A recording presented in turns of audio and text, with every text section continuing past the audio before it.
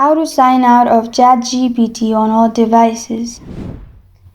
Hi everyone, I'm here to assist you today without any delay. Let's jump right in. Open ChatGPT on your device and log into your account.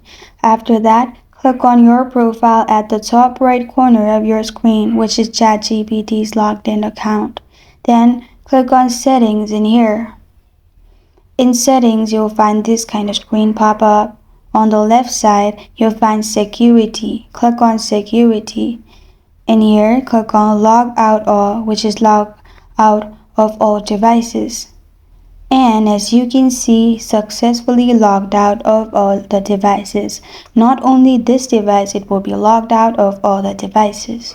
This is how to sign out of ChatGPT on all devices.